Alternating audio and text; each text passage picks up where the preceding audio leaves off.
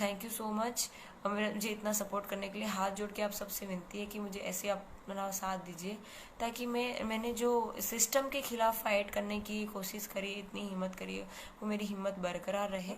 Thank you so much again. Jai Hind to all of you. अभी मुझे अपने मेन पॉइंट पे आना है कि मैं फर्स्ट ऑफ ऑल मैं एक कांस्टेबल नहीं हूँ, मैं एक एलआर हूँ। एलआर के मेरा जो रैंक है वो एलआर है। पुलिस डिपार्टमेंट में एलआर जो रैंक होती है वो शुरुआत की रैंक होती है। I am a police officer in police department, my rank is LR. आप सब मुझे जो बता रहे हैं कांस्टेबल, कांस्टेबल जो है वो मुझसे ऊपरी अधिकारी है। कांस्टेबल जो है मुझसे एक पद ऊंचा है, वो भी एक अधिकारी है, एक कदम मुझसे ऊपर सीनियर ऑफिसर है वो। मैं एक कांस्टेबल नहीं हूँ, मैं एलआर हूँ। मुझे पुलिस डिपार्टमेंट में सिर्फ 3 साल हुए हैं और 5 साल हम पुलिस डिपार्टमेंट में कंप्लीट करते हैं। उसके बाद हमें पुलिस कांस्टेबल का हमें रैंक मिलता है। जो पुलिस कांस्टेबल सर होते हैं, आई मीन साहेब होते हैं, वो हमसे ऊपरी अधिकारी है, एक कदम ऊपरी हमसे सीनियर है वो। मैं पुलिस कांस्टेबल कहलाने के लायक नहीं हूँ अभी। मुझे और 2 साल इस डिपार्टमेंट में बिताने पड़ेंगे। उसके बाद मैं पुलिस कांस्टेबल सर या फिर पुलिस कांस्टेबल साहिब कहला सकती हूँ। ओके, तो मैं ये चीज़ आई थिंक सो क्लियर हो गई कि मैं पुलिस कांस्टेबल नहीं हूँ, मैं एक एलआर हूँ। एलआर, ठीक है। मेन पॉइंट पे आती हूँ। इस वक्त मेरी तबीयत ठीक नहीं है। मैं दवाखाने से आई मीन डॉक्टर के यहाँ से बता के आ रही हूँ। मेरे ख्याल से मैं कोई मैथ का प्रमेय नहीं हूँ कि मुझे अपने आप को प्रूव करना पड़े कि मैं सही हूँ, मैं गलत हूँ। मैं मेरी जगह सही हूँ, ये मैं जानती हूँ और मेरा भगवान जानता है।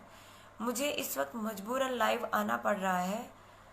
Thanks to all of you जो भी कमेंट्स कर रहे हैं, मैं देख पा रही हूँ, पर मुझे अपने पॉइंट पे फोकस करना है। कि मुझे लाइव आने का कारण ये है कि मुझे just a minute, give a minute. I mean मैं डॉक्टर को बता के आ रही हूँ मेरी तबीयत ठीक नहीं है, मुझे मेंटली इतना स्ट्रेस है और रोज़ के मुझे 500+ कॉल्स आ रहे हैं, मीडिया के आ रहे हैं। Thanks to call, thanks to मुझसे कांटेक्ट करने के लिए थैंक यू। मुझ तक पहुंचने की कोशिश करने के लिए भी थैंक यू। मुझे मदद करने के लिए भी थैंक यू। मेरी तबीयत ठीक ना होने की वजह से मैं मीडिया के सामने नहीं आ पा रही हूँ। मीडिया के सामने ना आने का मेरी है कि मेरी कुछ ऑफिशियली जो क्या बोलते हैं कि वो डाल देगा, मैं ऑफिशियली जो प्रोसेस है वो बाकी है अभी। तो जब तक वो कंप्लीट नहीं होती तब तक मैं लाइव तो चलो ठीक है, मैंने बड़ी हिम्मत करी लाइव आने की, मैं मीडिया के सामने नहीं आ सकती क्योंकि मैं जिस डिपार्टमेंट में काम कर रही हूँ वो डिसिप्लिन डिपार्टमेंट है। तो हम बंधे हुए हैं डिपार्टमेंट से, हम ऐसा कोई भी कदम नहीं उठा सकते कि हम डिपार्टमेंट हमारे खिलाफ जाए या फिर डिपार्टमेंट की शान के खिलाफ मैं कोई काम नहीं कर सकती। मैं इस वक्त बंधी हुई हूँ मेरे डिपार्टमेंट से। हम लोग को मिली है, जो कुछ भी मिला है उस चीज़ का हमें क्या बोलते हैं कि ना चाहते हुए कि ना चाहते हुए हमारे साथ पब्लिक जो भी बिहेव करे, लेकिन हमें कायदे से बंध के रहना पड़ेगा, उसका उल्लंघन हम नहीं कर सकते। तो मेन चीज़ जो मैं मीडिया में नहीं आ रही हूँ उसका रीज़न ये है कि मेरे ऑफिशियली कुछ जो कामकाज है वो बाकी है। ऑफिशियली जब मेरे कुछ प्रोसेस है वो कंप्लीट होंगी, उसके बाद डेफिनेटली मैं कैमरा के सामने आऊँगी, मीडिया के सामने आऊँगी, डेफिनेटली आऊँगी। मैं खुद आप लोगों से मिलना चाहती हूँ, बात करना चाहती हूँ। मेरे पास बहुत सारी चीज़ें हैं जो मैं आपको बताना चाहती हूँ, पर मैं नहीं बता पा रही हूँ। उसका कारण सिर्फ ये है कि मेरे ऊपर बहुत सारे प्रेशर आ रहे हैं। आप सब समझदार हैं, आप समझ सकते हैं कि मैं क्या कहना चाह रही हूँ। मेन चीज़ ये है कि मेरे डिपार्टमेंट ने अभी तक मुझे जो मैंने पुलिस डिपार्टमेंट को छोड़ने का जो रिजाइनिंग लेटर दिया है वो सिर्फ टेलीफोनिक मैंने जान की है, टेलीफोनिक मैंने बताया है, लिखित में देना अभी बाकी है। तो जब तक मैं रिटर्न में ना दूं तब तक मैं कुछ एक्शन नहीं ले सकती। मेरी मर्यादाएं हैं, कुछ मर्यादाएं मेरी हैं। एज ए एलआर मेरा फ़र्ज़ बनता है कि मैं मेरे पुलिस डिपार्टमेंट से पहले जो प्रोसेस लीगली होते हैं वो करूं। उसमें अगर मुझे न्याय नहीं मिलता है तो मैं मीडिया के पास जाऊं। सॉरी, मेरी तबीयत इतनी ख़राब है। मैं अभी क्या बोलते हैं कि डॉक्टर को बता के आ रही हूँ। सच में मेरी तबीयत ख़राब है, मैं बोल भी नहीं पा रही हूँ। मेरा गला इतना ख़राब हो गया है कि डॉक्टर ने मुझे बोलने के लिए मना किया है। पर आप लोगों का जो इतना सपोर्ट मुझे मिला, और उसके बाद अब जो नेगेटिव चीज़ें मार्केट में आ रही हैं, आई मीन सोशल मीडिया पे जो नेगेटिव चीज़ें फैल रही हैं, उसकी वजह से मुझे ना चाहते हुए भी लाइव इस वक्त आना पड़ रहा है। जस्ट अ मिनट, हमें इन्फॉर्मेशन दीजिए। मैंने उनको ये कहा, जस्ट अ मिनट, सी आप शायद देख पा रहे हो, ये आज की तारीख का है 13, ये सी आज की तारीख है और ये हॉस्पिटल है। आप चाहो तो वहाँ पे चेक करवा सकते हो। ये कोई ड्रामा नहीं, मेन चीज़ यहाँ आप देखिए, आज 13 जो है, 13 एंड 7 मेन चीज़। उसके बाद मैं मीडिया में आऊँगी, A to Z, मतलब जहाँ से स्टार्ट हुआ है, जहाँ से ये घटना शुरू हुई है, वहाँ से लेके अभी तक मैं सारी की सारी आपको इन्फॉर्मेशन आपको या तो लाइव आऊँगी या फिर मीडिया चैनल थ्रू मैं आप तक पहुँचाने की कोशिश करूँगी। पर मुझे सिर्फ एक दिन और चाहिए। आप लोग जो इतना सपोर्ट कर रहे हैं, थैंक यू सारे जो भी मेरे लिए कर रहे हैं। मुझे नहीं पता कहाँ आप क्या कर पा रहे हैं, क्योंकि मेन चीज़ ये है कि मेरे पास जो सोर्सेज है वो बहुत लिमिटेड है। मैं सिंगल इस वक्त हूँ। मेरे पास कोई स्टाफ नहीं है कि उनको मैं अपना काम करवा लूँ। मैं पिछले जिस दिन मेरे साथ ये घटना हुई, उस दिन के बाद से मैं सो नहीं पा रही हूँ। मेरी आंखें जो हैं वो जल रही हैं। तो आप समझ सकते हैं कि नींद पूरी ना होने के बाद वजह से कितना स्ट्रेस मेरे ऊपर आ रहा है कि मैं, जस्ट अ मिनट, ये ग्लूकोज का के कुछ लोग जो है वो कमेंट कर रहे हैं कि ये क्या है, ये ग्लूकोज का पानी है, कोई नशीली पदार्थ नहीं है। और अगर नशीली पदार्थ होती तो मैं आपके सामने क्यों पीती। मुझे इस वक्त चक्कर आ रहे हैं, मैं बोल नहीं पा रही हूँ। मुझे बहुत ही एकदम लाइट फील हो रहा है, दैट्स वाई। लेकिन फिर भी आपको लगे कि मैं शायद ड्रामे कर रही हूँ, तो मैं शायद ग्लूकोज का पानी नहीं पीऊँगी। मुझे अगर ज़रूरत पड़ेगी अब तो मैं सिंपल पानी पी लूँगी। मैं सिर्फ ये बता रही हूँ, अगेन मैं बोलना चाहती हूँ कि मैं कोई प्रमेय नहीं हूँ कि मुझे आप लोगों को प्रूव करना पड़े। मैं अपनी जगह पे सही हूँ, तो जिसको जो लगे वो आप लोग अपने हिसाब से मान सकते हैं। वैसे भी वो आप कहते हैं ना कि आप चाहे अपने हिसाब से कितना ही बोल लें, कितना ही जो है सफाई अपनी दे लें, सामने वाले को उतना ही समझ में आएगा जितना उनकी बात समझ सकती है। तो मैं कैसी हूँ, क्या हूँ, वो डिपेंड करता है आप पे। आप जैसे हैं वैसी मैं हूँ। अगर आप अच्छे हैं तो मैं डेफिनेटली अच्छी हूँ आपके लिए। और आपके अगर विचार ऐसे हैं कि मैं लेडी सिंगम बनने के लिए आई हूँ, फेमस होने के लिए आई हूँ, राजनीति में जाने के लिए आई हूँ, ये सारे मेरे स्टंट हैं, तो आप लोग के ऐसे विचार हैं तो इट्स ओके। सबके अपने अपने विचार हो सकते हैं, ठीक है। मुझे उससे कोई तकलीफ नहीं है, आप कुछ भी सोच सकते हैं, क्योंकि हम लोकतंत्र में रह रहे हैं तो सबको बोलने का अधिकार है, सब कुछ भी बोल सकते हैं, ठीक है। जो अच्छे कमेंट्स कर रहे हैं उन सब के लिए थैंक यू।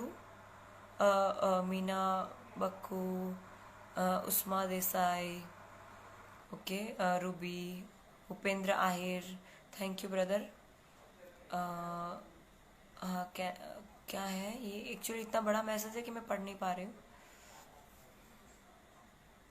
और कल की जो घटना है वो आप देख सकते हैं कि मेरे जो लोकल न्यूज़ रिपोर्टर हैं उन लोगों ने मुझे जो लेडी सिंघम का मुझे जो विरुद्ध दिया था उसको चेंज करने की कोशिश कर रहे हैं।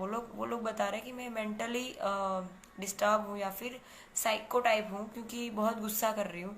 पर मैं गुस्सा क्यों कर रही हूँ उसके पीछे का रीज़न भी देखिए। कल की ये घटना बताती हूँ, आपको शायद समझ में आ जाए कि मार्केट में जो आज नेगेटिव आ रहा है मेरे लिए वो क्यों आ रहा है। वैसे मेरा तो ऐसा मानना है कि रावण होगा। अगर रावण नहीं होता तो आपको क्या लगता है राम की कोई वैल्यू होती, राम को कोई जान रहा होता। वही चीज़ अब मेरी स्टोरी में भी है। मैं अपने आप को राम के समकक्ष तो नहीं मानती, उनके सामने तो मैं कुछ भी नहीं। वो भगवान थे, मर्यादा पुरुषोत्तम राम थे, मैं तो एक सामान्य लड़की हूँ। तो मैं सिर्फ ये बताना चाहती हूँ कि जो सच्चाई है वो सच्चाई है। न्यूज़ रिपोर्टर को खरीदने से या फिर, just a minute, just a minute,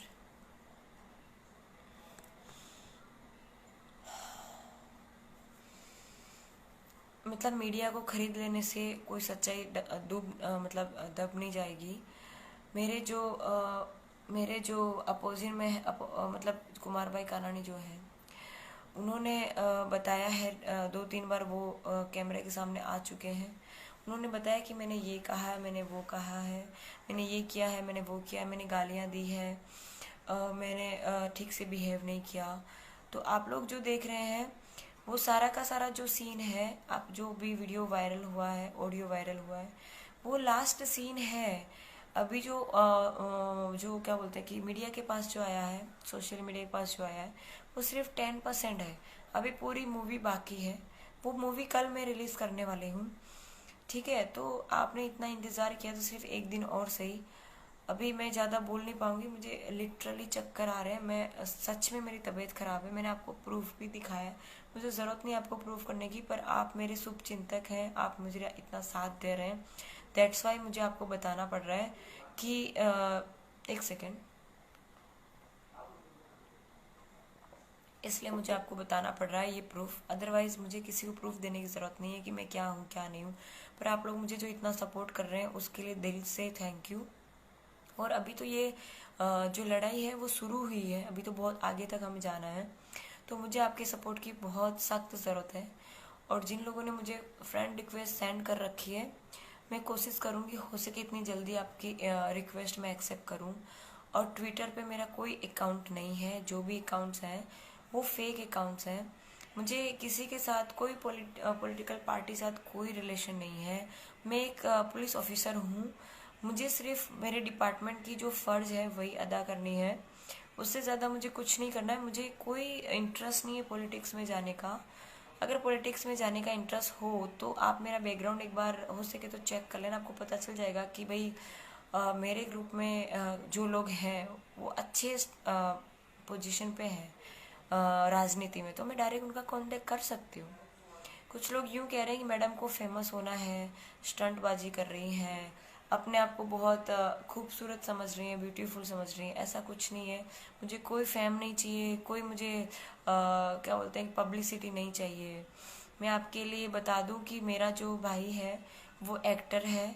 अगर मैं अपने आप को फेमस करना चाहूँ तो मैं उसके साथ काम कर सकती हूँ। और मेरे मम्मी पापा ने मुझे इतना काबिल बनाया है कि मैं किसी भी डिपार्टमेंट में जाऊँ, चाहे वो पुलिस डिपार्टमेंट हो या फिर फिल्म उद्योग हो, या फिर कोई भी काम हो, कोई बिजनेस हो, या फिर कुछ भी हो। मेरे मम्मी पापा ने मुझे इस काबिल बनाया है कि मैं किसी भी फील्ड में अगर जाऊंगी तो मैं अपनी जगह डेफिनेटली बना लूँगी।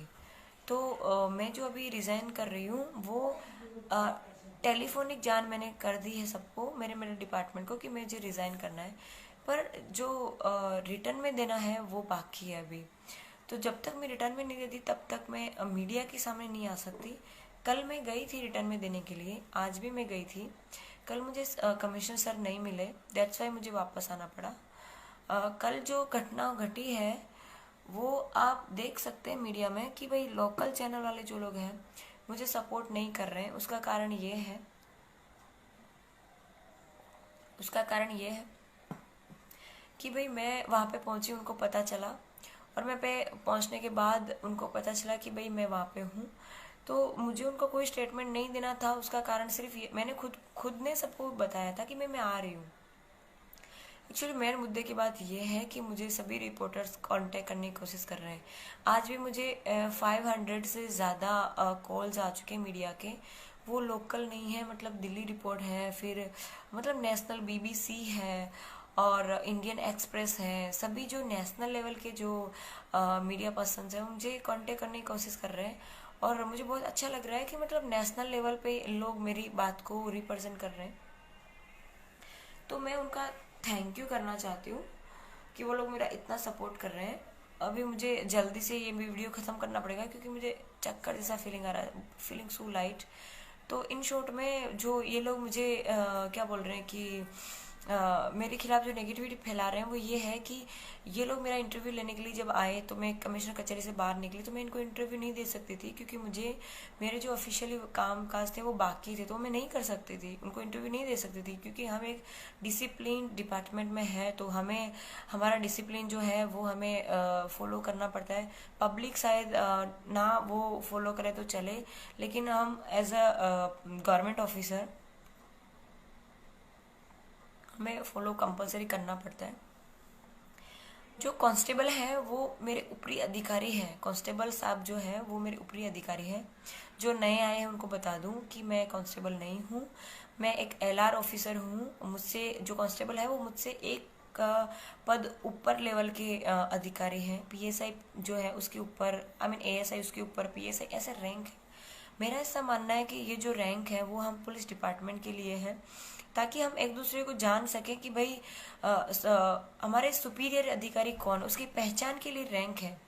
बाकी मेरे हिसाब से वर्दी जो पहनी है वो चाहे एलआर हो, एलआर ऑफिसर हो, चाहे कांस्टेबल ऑफिसर हो, एएसआई हो, पीएसआई हो, वो सारे एक जैसे हैं।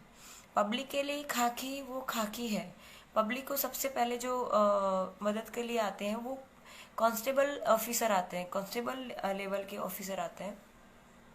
तो मेरा तो मानना है कि लोगों को जो बाकी के पीएसआई एएसआई वगैरह या फिर पीआई या डीवाईएसपी या एसीपी जो भी हैं वो ऊपरी अधिकारी है, वो सिर्फ हमको गाइड करते हैं कि आपको कैसा काम करना है। आपके साथ जनरल पब्लिक के साथ या कॉमन पब्लिक के साथ कुछ भी अगर हो रहा है तो उसके लिए सबसे पहले मदद के लिए अगर कोई पहुंचेगा तो वो या तो एलआर होगा या फिर पुलिस कांस्टेबल साहेब होगा, यही लोग होंगे। तो आपके लिए जो असली हीरो है, आपके लिए जो असली मदद रूप जो आपके लिए बनते हैं वो है कांस्टेबल सर, कांस्टेबल ऑफिसर जो है वो आपके फर्स्ट ऑफिसर आते हैं जो आपके लिए मदद करते हैं। ठीक है, तो पब्लिक ने जो ये बना रखा है ये तो कांस्टेबल है, ये मेरा क्या बिगाड़ सकती है ये वो। तो मैं यहाँ एलआर के पद पे रह के आपको ये बताना चाहती हूँ कि एलआर की जगह पे रह के जो मैं इतना कर सकती हूँ, जो स्टार्टिंग की ऑफिसर पुलिस डिपार्टमेंट की ये कर सकती है, तो जो एएसआई है, पीएसआई है, जो पीआई है, एससीपी है, तो वो उनके पास कितना पावर है। जो पावर जो है वो रैंक में नहीं है, पावर जो है वो खाकी वर्दी में है। हम लोग रात दिन 6 महीने तक हम लोग ट्रेनिंग करते हैं, तब जाके हमें सिर्फ पैंट पहनने को मिलता है। शर्ट हमें पूरे 9 महीने की हम क्या बोलते हैं कि ट्रेनिंग कंप्लीट करते हैं। भाई वो चक्कर आवे છે મને થોડું ફેન ઓન કરી દો એકદમ સ્લોમાં કરીને। सॉरी, 1 सेकंड दीजिए मुझे प्लीज़।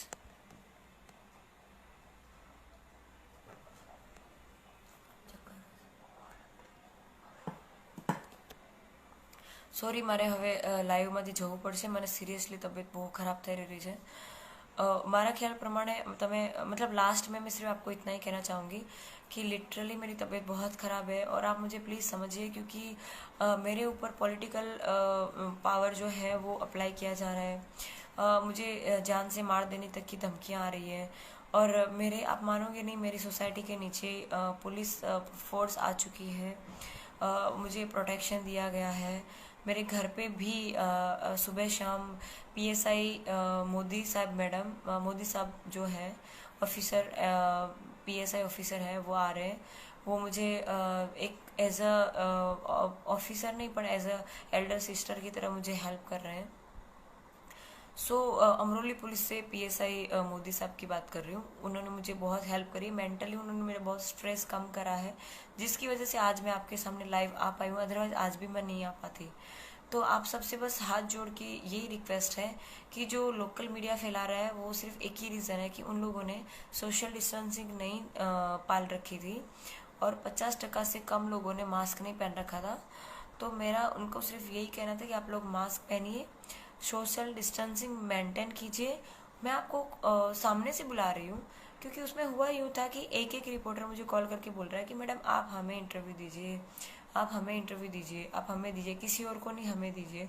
पर मैं सबका सोच रही हूँ क्योंकि हम लोग जहाँ जिस फील्ड में हैं वहाँ पे गवर्नमेंट ने हमको इस काम के लिए रखा है कि भाई आप सबकी मदद करो, सबके लिए करो। तो मेरे हिसाब से जो रिपोर्टर है जो भी प्रेस वाले हैं, मीडिया वाले हैं, उनकी फर्ज बनती है कि सच्चाई को बाहर लाओ, ना कि अपनी रोटियां सेको। पेલું કહેવાય ને ગુજરાતીમાં બધાને પોતપોતાના રોટલા सेकवा છે, बराबर। लेकिन मैं ये चाहती हूँ कि आप लोग जो सच्चाई है उसको बाहर लाइए। अभी मैंने जो एमएलए की लड़के की गाड़ी में जो प्लेट रखी थी, सॉरी बोर्ड रखा था एमएलए का, उसको मैंने बाहर निकलवाया, तो उसकी जैसी सेम मेरी एफबी पे एक फ़ोटो अपलोड करे रखी है, जिसमें मैं मेरी गाड़ी में, मेरी गाड़ी है, मेरे फादर मेरे साथ में, मैं उसमें खुद मौजूद हूँ। तो मैं वो जो उसने लगा रखा है वो मानती हूँ कि वो लगाना वैल्यूबल नहीं है, मतलब मुझे भी कोई अधिकार नहीं है उस चीज़ के लिए। मैं माफ़ी मांगती हूँ कि शायद मुझसे भी गलती हो गई थी, ठीक है। उस टाइम मुझे पता नहीं था कि ये करना चाहिए कि नहीं करना चाहिए, पर मैंने काफ़ी लोगों को देखा था कि भाई वो लोग अपनी कार में PSI लगा के घूम रहे हैं, ताकि मतलब कोई उसका कोई मुझे गैर फायदा नहीं उठाना है उसका, मुझे सिर्फ इसलिए मैंने लगा रखा है क्योंकि हम जहाँ पे जा रहे थे वहाँ पे पहुँचना थोड़ा सा ज़रूरी था, और हम लोग आउट ऑफ स्टेट के लिए निकले थे। तो अगर पुलिस लिखा होगा तो मेरे स्टाफ वाले हमारे साथ अच्छे से बिहेव करेंगे, क्योंकि कभी कभार क्या होता है कि पुलिस वाले जो होते हैं वो 24 घंटे ड्यूटी करते हैं यार। मतलब वो कहते हैं ना कि जिस टेंशन में या जिस फ्रस्ट्रेशन में नॉर्मल पब्लिक सुसाइड कर लेती है, उससे डबल फ्रस्ट्रेशन, उसके डबल टेंशन में पुलिस वाले 24 घंटे ड्यूटी कर रहे हैं, ठीक है। तो पुलिस वालों का दिमाग जो गर्म है उसका कारण है कि उनको बेचारों को इतना सारा काम करना पड़ता है। हम लोग भगवान नहीं है, हम लोग भी इंसान ही हैं। तो मेरा आपसे रिक्वेस्ट है कि आप उनसे प्यार से बात कीजिए, उनको भी अच्छा लगेगा, उनका भी मेंटली जो स्ट्रेस है वो थोड़ा कम होगा। अगर आप उनसे तू ता करके बात करेंगे तो उनके माइंड पे स्ट्रेस होगा, आप पे तो वो कुछ नहीं कर पाएंगे क्योंकि उनके पास उनके हाथ बंधे हुए हैं, वो कुछ नहीं कर पाएंगे। पर वो रिएक्शन जो है उनके घर वालों पे पड़ता है। घर पे जाने के बाद, मतलब घर पे तो हर किसी की चलती है ना, मतलब अपने घर पे तो शेर भी नहीं, बिल्ली भी शेर होती है, लाइक दैट। तो मतलब कि घर पे तो हर किसी का चलता है। तो मैं अपना एग्जांपल लूँ, चाहे दूसरे पुलिस ऑफिसर्स का लूँ, किसी का भी लूँ, अगर बाहर हमारा दिमाग खराब हुआ है, लोकल लोगों ने किया है या फिर मीडिया ने किया है या फिर किसी भी कारण हमारा दिमाग खराब है, तो वो दिमाग खराब होने का जो गुस्सा है वो घर वालों पे निकलता है। तो जो लोगों की वजह से हमारे घर वालों को भी सहन करना पड़ता है। सिर्फ आप लोग ही गालियाँ खा रहे हैं ऐसा नहीं है। मैंने अपने खुद के भाइयों को भी आज सुबह से कम 4 से 5 बार गाली दी इन द सेंस, मतलब उसको डांटा, कमीना, ये वो तो कॉमन वर्ड है, लेकिन फिर भी मतलब ऐसा हुआ। तो मैं कोई भगवान नहीं हूँ या फिर मैं कोई सुपीरियर अधिकारी नहीं हूँ, मैं सिर्फ एक नॉर्मल LR ऑफिसर हूँ जो जिसमें एक मर्यादा आ जाती है। मेरे पास काम करने के लिए काफ़ी सारा कुछ है जो हमें करना चाहिए। काफ़ी सारी लड़कियां ऐसी हैं, सिर्फ मैं ही नहीं हूँ, डिपार्टमेंट में काफ़ी सारी लड़कियां ऐसी हैं जिनको दानत से काम करना है, मीन्स कि एकदम सिंगम बन के काम करना है, पर वो नहीं कर पा रहे हैं क्योंकि उनको उनके ऊपरी अधिकारी ने मजबूर कर रखा है, उसकी वजह से वो काम नहीं कर पा रहे हैं, ठीक है। तो मैं अकेली हूँ मीडिया में, मैं अकेली पुलिस डिपार्टमेंट में ऐसा नहीं, मेरे जैसे बहुत सारे लोग हैं, पर उनकी कहीं ना कहीं मजबूरी आ जाती है। कुछ लोगों की मजबूरी ये है कि भाई 20,000 में या फिर जो भी सैलरी 25-30 हज़ार, उसमें घर नहीं चलता। हम लड़कियों का चलो ठीक है फिर भी कि हम लोग संतोष कारक हैं, 10,000 में भी काम चला लेते हैं। अभी हुआ यूं कि अभी 2-4 दिन पहले की घटना है। ये जो लोग कह रहे हैं कि भाई ये जो पुलिस वाले वो रिश्वत ले रहे हैं, ये वो कर रहे हैं, तो वो क्यों ले रहे हैं, आप क्यों में जाइए, सिर्फ ले रहे हैं उसमें मत जाइए, वो क्यों ऐसा कर रहे हैं। उनकी सैलरी बेचारों की 20,000 25,000 है। आप मुझे ये बताइए कि उनकी ट्रांसफ़र अगर सूरत में हो रही है तो वो इतने पैसे में क्या कर सकता है। मतलब बहुत सारे मुद्दे हैं इन शॉर्ट में जो मुझे आपसे डिस्कस करने हैं। पर कल जो आएगा मैं लाइव आपके सामने दोबारा भी आ जाऊंगी। पर मेन चीज़ मुझे कल BBC पे मेरा पूरा A to Z स्टोरी क्या थी वो पूरी आने वाली है, आप लोग चाहें तो वहाँ पे देख सकते हैं। दूसरी चीज़ ये कि मेरे साथ में जो उस दिन घटना बनी थी, शॉर्ट में बता देती हूँ। वो अगर वहाँ पे एक पुलिस ऑफ फ्रेंड करके था, मुझे नहीं पता वो बंदा कौन था, पर मेरे लिए वो वहाँ पे साक्षात भगवान की तरह था। अगर वो ना होता तो मेरे साथ कुछ भी हो सकता था। दिल्ली में जो निर्भया कांड हुआ है, वो निर्भया कांड 2 करके आप लोग शायद इस वक्त कैंडल लाइट लेके रोड पे उतर चुके होते। मुझे इंसाफ चाहिए, पर मैं ऐसा मानती हूँ इंसाफ के लिए लड़ना ज़रूरी नहीं है। आज कुछ दिन पहले ही आपने देखा होगा कि कोई PSI जो है उन्होंने डिज़ाइन करा है कोई पर्सनल मैटर से। मैं रिज़ाइन कर रही हूँ मेरे आगे के ब्राइट फ्यूचर के लिए। मुझे रिज़ाइन करना है ताकि मैं आगे की और अच्छी तैयारी कर सकूँ। मेन चीज़ है पावर, तो मुझे रात दिन मेहनत करनी है और एज ए IPS ऑफिसर मैं आना चाहती हूँ। पता नहीं कल क्या हो, कल मैं ज़िंदा रहूँ ना रहूँ मुझे नहीं पता, पर अगर मैं ज़िंदा रही तो मैं पूरी मेहनत करूँगी और IPS ऑफिसर बन के आऊँगी। और उसके बाद जो ये लोग पावर की बात करते हैं उन सब को धीरे धीरे एक एक करके सब लोगों को हम समझाएंगे कि भाई क्या है क्या नहीं है। और कोशिश करूँगी कल सुबह मैं वापस अपना इस्तीफ़ा देने जा रही हूँ। रिज़ाइनिंग लेटर कल सुबह मैं कमिश्नर ऑफिस जा रही हूँ 11 से 12 के बीच। एग्जैक्ट टाइम नहीं दे सकती क्योंकि मेरे ऊपर बंदूक की नॉक मुझे चलना पड़ता है। सो कल मैं दोपहर नहीं तो दोपहर शाम से पहले पहले मैं लाइव आ जाऊँगी और आपको मैं व्हाट्सअप और फेसबुक स्टोरी पे लिखवा दूंगी कि भाई मैं लाइव आ रही हूँ, ठीक है। और इससे ज़्यादा मैं कुछ नहीं बोल पाऊँगी, मेरी आंखें भी अब नहीं खुल रही हैं। So thank you so much मुझे इतना सपोर्ट करने के लिए। हाथ जोड़ के आप सबसे विनती है कि मुझे ऐसे अपना साथ दीजिए ताकि मैंने जो सिस्टम के खिलाफ फाइट करने की कोशिश करी, इतनी हिम्मत करी है, वो मेरी हिम्मत बरकरार रहे और आगे जाके भी मैं और अच्छे काम कर सकूँ मेरे डिपार्टमेंट में। जय हिंद, जय भारत।